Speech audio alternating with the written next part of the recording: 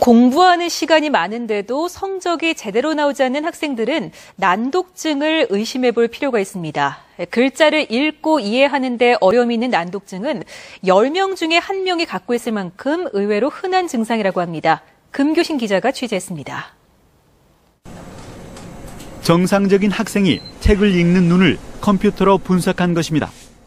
단어와 줄 순서대로 글을 읽어나가고 가끔씩 의미가 생소하거나 생각이 필요한 단어에서 눈이 멈추게 됩니다. 반면 난독증이 있는 학생의 경우 단어를 마구 건너뛰는 것은 물론 줄 순서도 뒤죽박죽이고 한 단어에서 한참 동안 머물러 있습니다. 난독증의 개념은 넓게는 다른 사람의 말을 제대로 못 알아듣거나 단추를 잠그지 못하는 등 행동의 어눌함까지 포함합니다. 선생님의 말씀을 이해 못하고 또 교과서를 읽어도 이해를 못한다는 거죠. 결국은 학습에 또 영향을 미치게 되는 결과를 낳고 있습니다.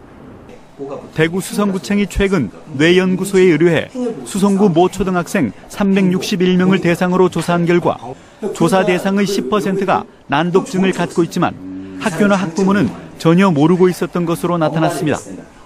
난독증을 가진 학생의 특징은 책을 건너뛰어 읽거나 이해가 떨어지고 상황에 맞는 단어 선택에 어려움을 겪거나 독서할 때 눈이 아니라 머리를 움직입니다.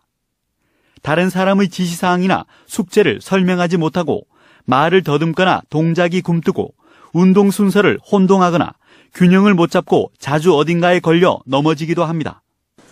전문가들은 무엇보다 교사들이 수업 시간에 이런 학생들을 학습 부진하러 그냥 방치해서는 안 된다고 말합니다.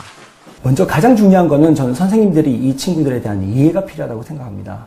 이 아이들이 만약에 게을러서 안 하는 것이 아니라 할 수 없어 못하는 경우에 선생님 도움을 주셔야 되는데요.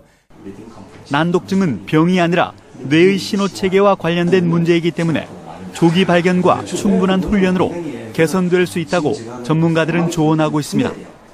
MBC 뉴스 금교신입니다.